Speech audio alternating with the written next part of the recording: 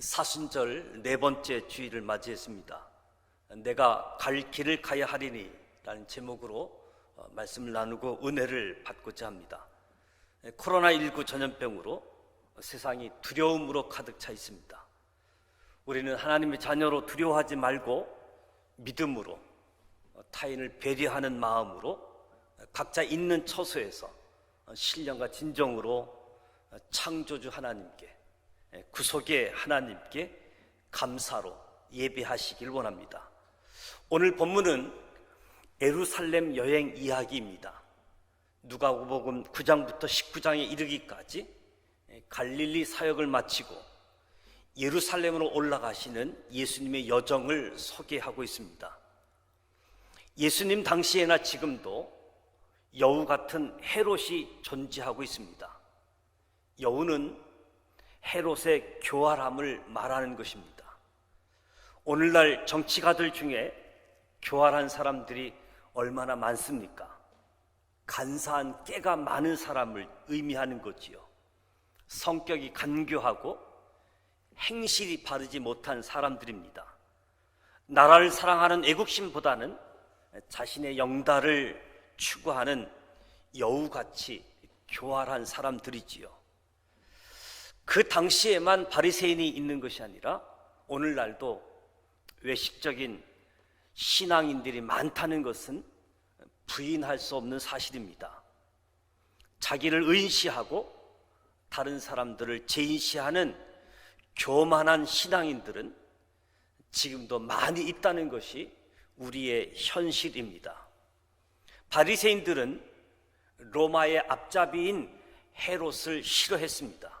그러면서도 예수 그리스도를 반대하는 데는 헤롯과 같은 편이 되고 헤롯을 이용하기도 했습니다. 그야말로 야합하는 것이지요. 타락한 신앙인이 흔히 빠지기 쉬운 수단입니다. 오늘날도 평소에는 적대관계인데 예수 그리스도를 반대하고 배격하는 데는 같은 편이 되는 사람들을 많이 볼 수 있습니다. 사순절 절기를 보내고 있습니다. 예수 그리스도의 십자가 부활을 기억하며 성도의 바른 삶을 살아야지 됩니다. 그래서 주님께서 갈 길을 가셨는데 우리도 그 길을 따라가야 할 것입니다. 주님께서 가신 길은 어떤 길입니까? 주님께서 가신 길은 고난과 죽음의 길을 가셨습니다. 33절 말씀에 내가 갈 길을 가야 하리니 예수님이 말씀하셨습니다. 예수님은 마지막 선지자 메시아로 이 땅에 오셨습니다.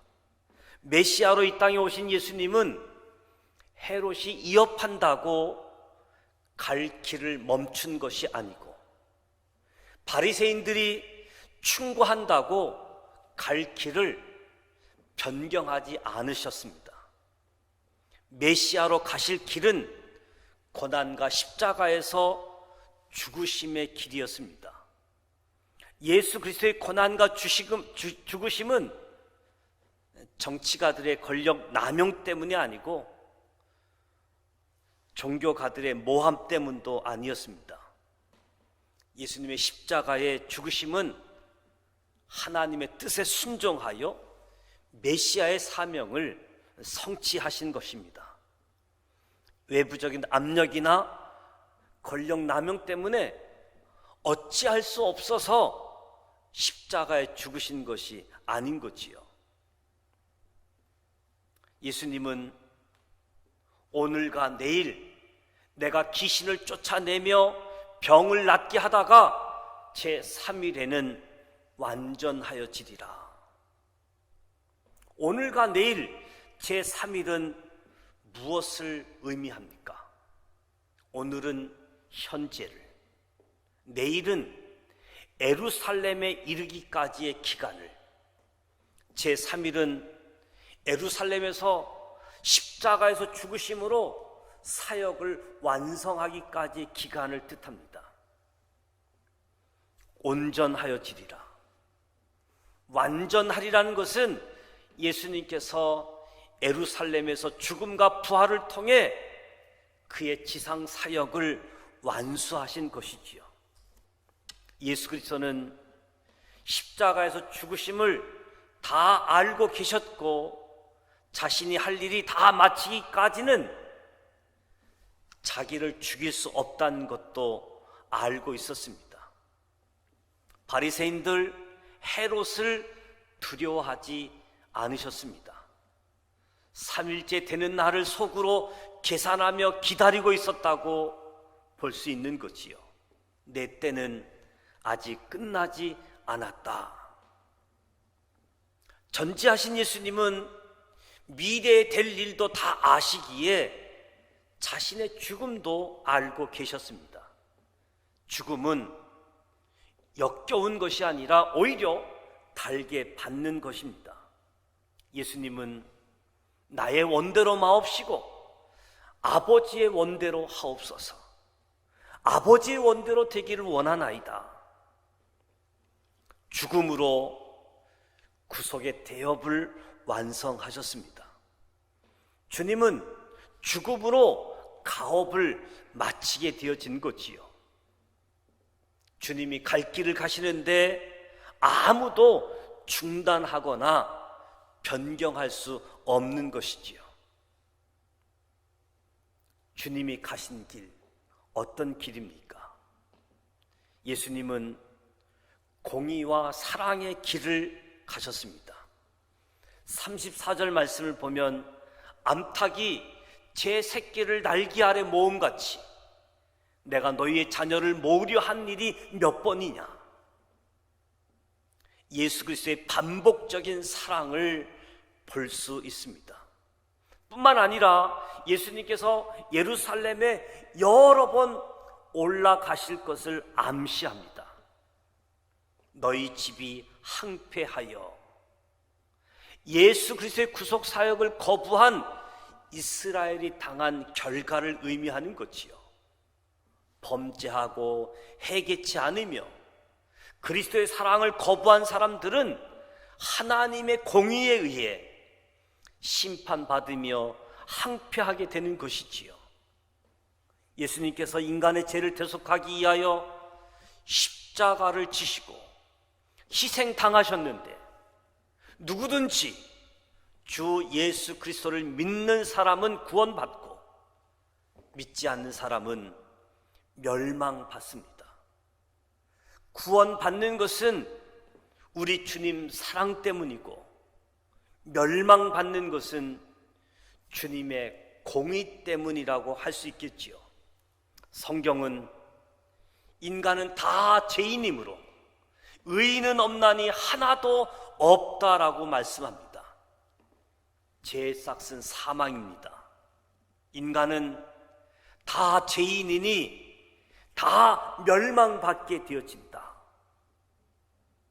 죄 지은 인간들을 다 멸망시키면 하나님의 공의성은 나타나지만 하나님의 사랑의 속성이 없어지게 되어지는 거지요. 그렇다고 하나님은 사랑이니 범죄한 인간들을 무조건 사랑하여 구원한다면 하나님의 사랑의 속성은 나타나지만 하나님의 공의성이 없어지게 되어지는 거지요. 진퇴양난인 겁니다. 여기서 십자가의 신비가 있습니다.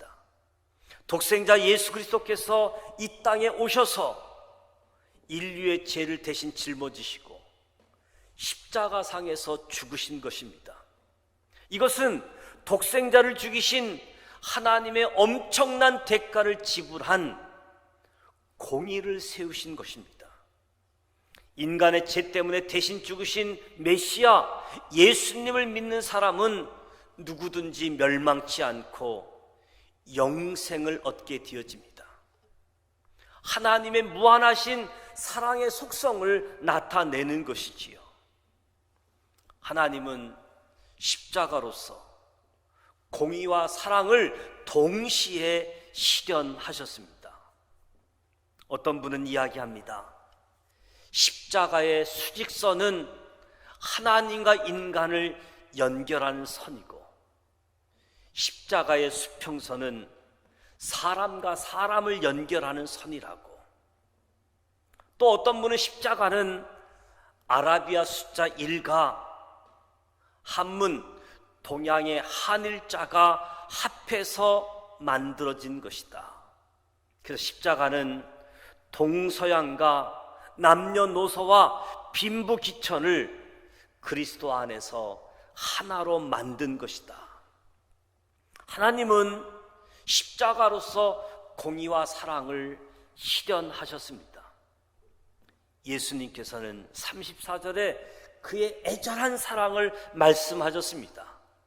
희생적인 사랑, 끝없는 사랑, 선행적인 사랑을 거절하고 믿지 않을 때 어쩔 수 없이 한패되는 것을 아주 애절한 사랑으로 말씀하셨습니다. 예수님께서 가신 길은 최후의 승리의 길을 가셨습니다. 최후의 승리의 길을 가신 주님을 믿어야지 됩니다.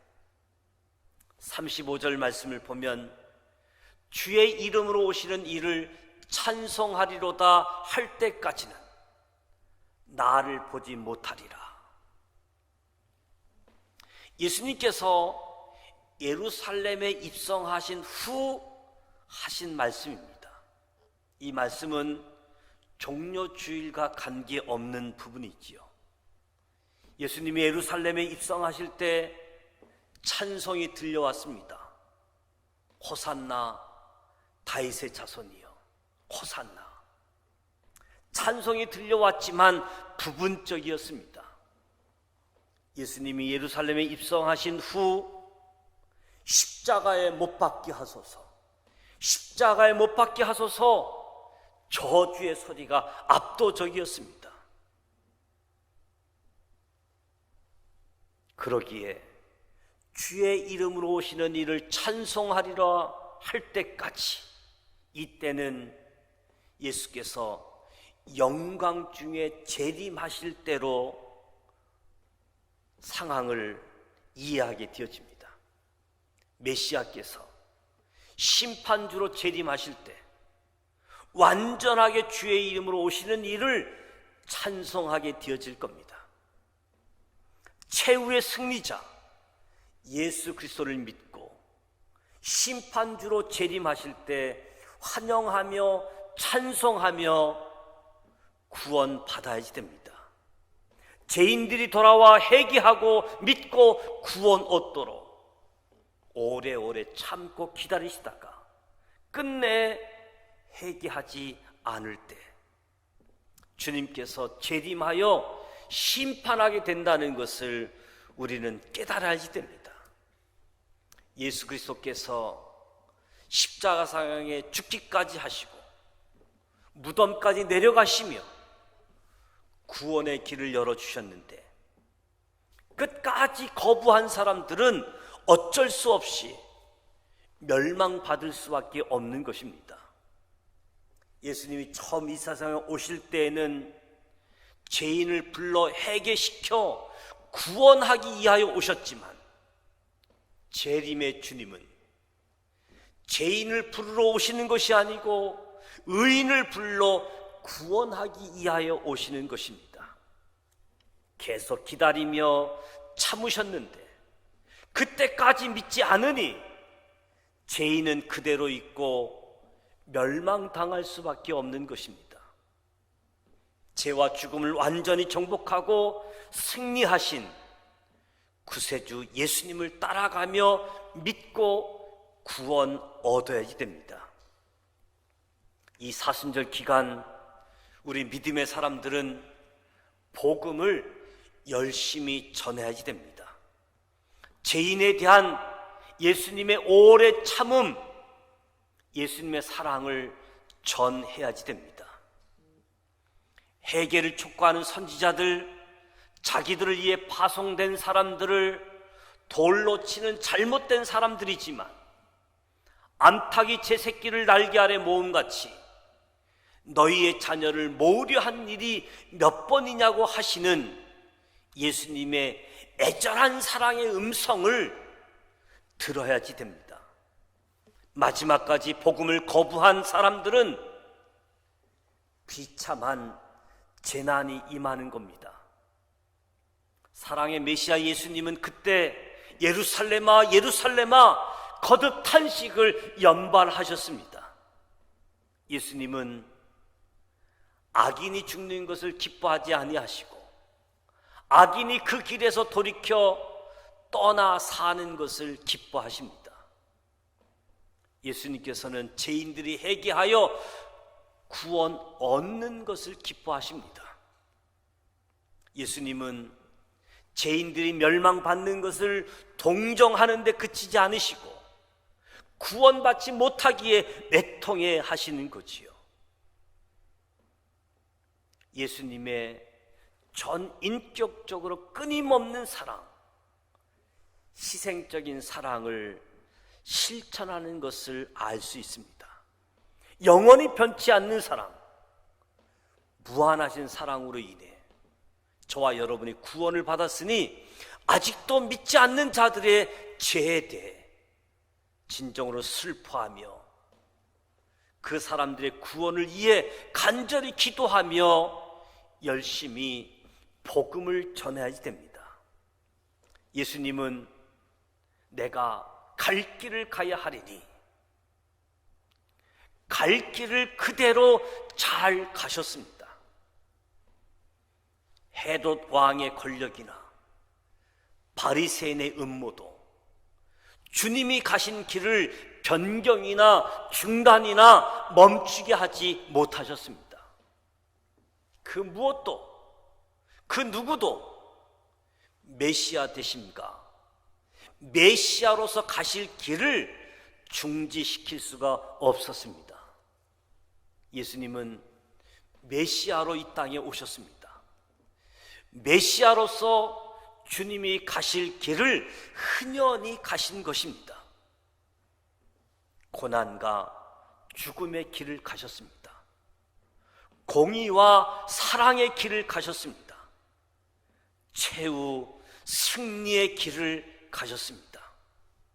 저와 여러분은 주님이 가신 길을 따라가며 메시아, 구세주, 예수님을 널리 전하는 사순절 절기, 코로나19로 세상이 두려움이 가득 차 있는 때에 우리는 하나님을 바라보며 믿음으로 타인의 사랑을 배려하며